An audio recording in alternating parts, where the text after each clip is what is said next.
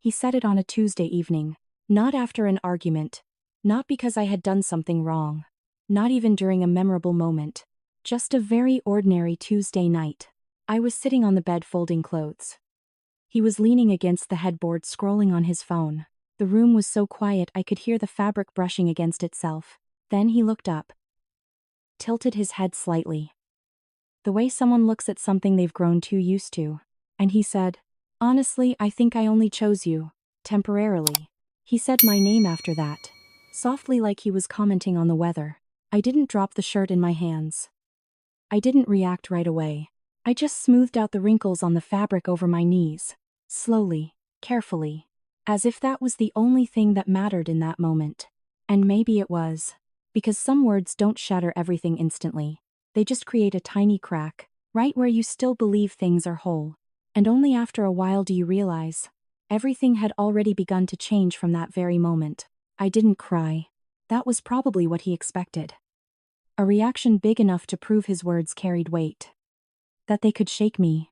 I didn't give him that. I just sat there for a few more seconds, my hand resting on the fabric I had already smoothed out, as if holding it long enough might keep everything else from shifting.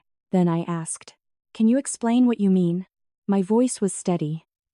Not higher, not lower. He shrugged. A very slight shrug. Like my question didn't really deserve a detailed answer. His friends always asked why he was with someone so ordinary. That's what he said. And then he added that he wasn't the kind of person who settles for average. He spoke about himself in the third person right there in our bedroom, as if he were trying to convince an invisible audience. I looked at him. A little longer than usual. Not to find an answer, but to confirm that something was shifting. There was a version of me before this. A version that would have reacted, listed everything I had done, tried to prove that I was worthy. I'm not that person anymore. And my silence was the first thing that made the room feel different. Not louder, but clearer. Like a door closing very gently, and you suddenly realize you're standing on the other side. I stood up after that. Not in a rush. Not making any noticeable sound. I placed the shirt I had just folded back onto the bed. Neatly. As if the order of small things was still something I could control. I walked into the kitchen, poured myself a glass of water, took a sip, set it down, and looked out the window. The streetlights had just come on. A warm yellow glow spilling onto the pavement like a ritual repeated every day. Steady. Predictable. Unlike what had just happened in the room behind me. There was something I didn't tell him. Not because I wanted to keep it a secret, but because I realized he had never really asked. 3 days earlier, I had received a call. From Marcus. My partner. He said there was a formal offer. A number big enough to change everything. I sat in my car for nearly 20 minutes after that call. Not because I didn't understand what it meant, but because I was thinking how to tell my husband about something I had been building for years while he barely glanced at me each day. I had imagined he would ask, would want to know, would be proud. But on that Tuesday night I understood something much simpler. It wasn't that I hadn't said anything. It was that he had never truly wanted to listen. And between those two things there was a distance it took me 4 years to finally see. I walked back into the bedroom after that. He was still there. Still holding his phone.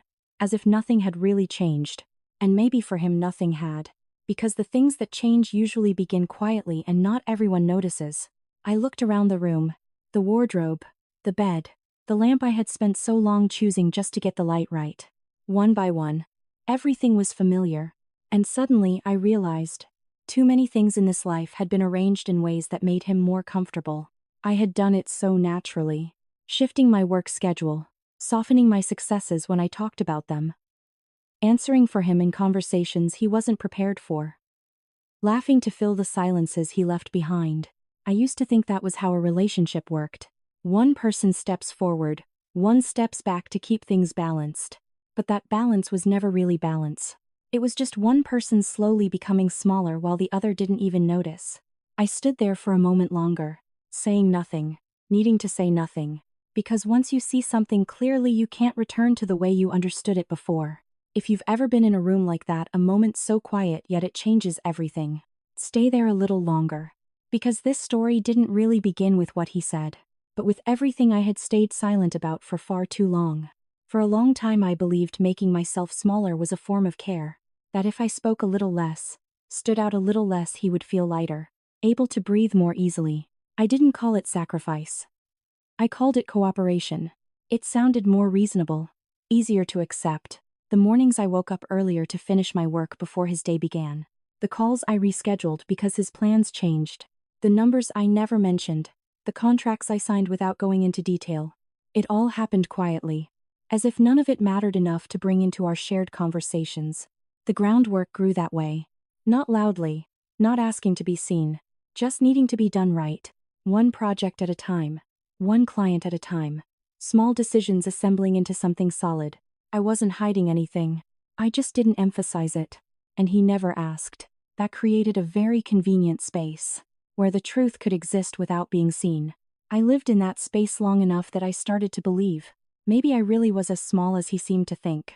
And maybe the most dangerous thing isn't when someone underestimates you, but when you slowly begin to agree with them, without realizing you're disappearing from your own story.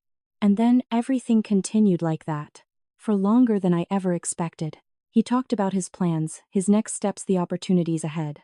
I listened, nodded, asked questions when needed. Just like I always did. When people asked what I did, he answered for me. She does interior design. A short sentence, enough to close the topic. Not wrong, but not right either. At least not the whole truth. I stood beside him, smiling, not correcting, not adding anything. I had grown used to letting my story be reduced until that version became the only one ever told. The rest of it I kept to myself. In early mornings. In meetings he never attended. In decisions that didn't require anyone's approval but mine. There's something strange that happens when you live too long in a smaller version of yourself. You start to forget your original shape. Not because you don't have one, but because you haven't been using it. If you're still here and something about this feels familiar, don't brush it off too quickly, because sometimes what you call normal is just a version of yourself you've accepted for far too long. And the real question isn't how others see you. It's this: when did you stop seeing yourself?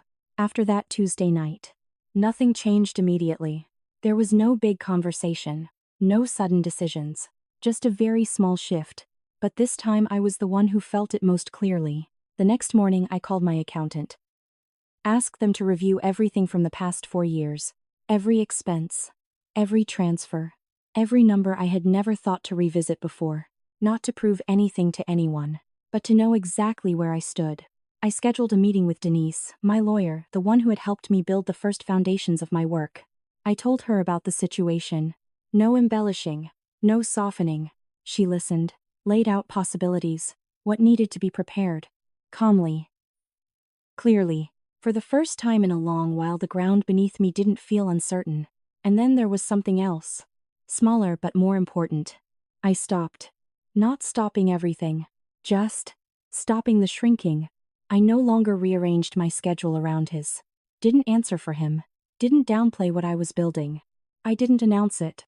I simply didn't continue the way I had before. And sometimes the biggest change isn't starting something new. It's ending the quiet habits that made you disappear. He noticed something was different. Not right away, but enough to catch his attention. He started asking about my work. Not deeply, but more than before. I answered, fully, without simplifying, without changing the subject. He nodded, but I could tell he wasn't really keeping up. In his mind, everything was still in its old place. I was still the background, and he was still the main story. It didn't bother me the way it used to. Maybe because I no longer needed him to understand in order to validate anything. Then one evening he came home later than usual, carrying a kind of excitement that felt just a little too bright, the kind that lingers after a few drinks and a few compliments. He sat down across from me and said he'd been thinking that he needed space to figure out what he really wanted. He mentioned a friend, someone who thought he was being held back. I listened, didn't interrupt, didn't argue, didn't ask questions, because for the first time I didn't feel the need to hold on to anything.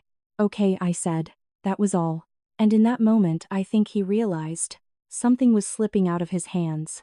Not loudly, not dramatically, just no longer there. He left the next morning, carrying a small bag, his laptop, and the coat I had bought him a few years ago. He didn't take much. Maybe because he thought this was temporary, that things could still go back. I didn't say anything when the door closed. The apartment became quieter, but not empty. Just different. A few days later everything outside began to move faster than what was happening внутри me. The statement was released. My name appeared. The company appeared. The numbers appeared. No longer in private meetings. No longer buried in internal emails. But out there where anyone could see. I knew it was coming. I just didn't know exactly when. That afternoon my phone started ringing. His name showed up. Once. Then again. Then again. I didn't answer. Not because I was angry, but because I had nothing I needed to say at that moment. The messages came. Longer. More urgent. His voice in the voicemail sounded different. No longer certain. No longer indifferent. He said he didn't understand. He needed to. He needed to talk. As if the picture had finally come together and only now he could see the whole thing. I listened to all of it, set the phone down, and realized something with absolute clarity. Some realizations come too late. Not because there wasn't enough time, but because attention was never placed where it mattered in the first place. I didn't call him back that night, or the next day. Not because I wanted to stretch the distance, but because I no longer felt the need to close it. A few days later he came back, stood in the familiar kitchen and asked why I hadn't said anything, why I hadn't shared. I looked at him, and for the first time the answer came clearly. You never asked. Not once. Not in a way that truly wanted to know. You knew what I did, but you decided how much it meant. And I let you do that, for far too long. We talked. No raised voices. No need to win, or lose. Just two people standing on different sides of the same story, realizing it was no longer a shared one. I didn't leave because of a number. Not because of success. I left because I understood this. My value isn't something to be discovered too late. It's something that should be seen from the very beginning. And if no one else does that, the first person who must is me. If you've made it this far, maybe something here feels familiar. Not in the big moments, but in the quiet ones. The times you stayed silent, the times you made yourself smaller to hold on to something you thought mattered. Pause for a moment. Ask yourself, what are you holding on to? And what is it costing you? Because the lesson isn't in leaving. It's in realizing. You were never meant to shrink yourself just to be worthy of staying.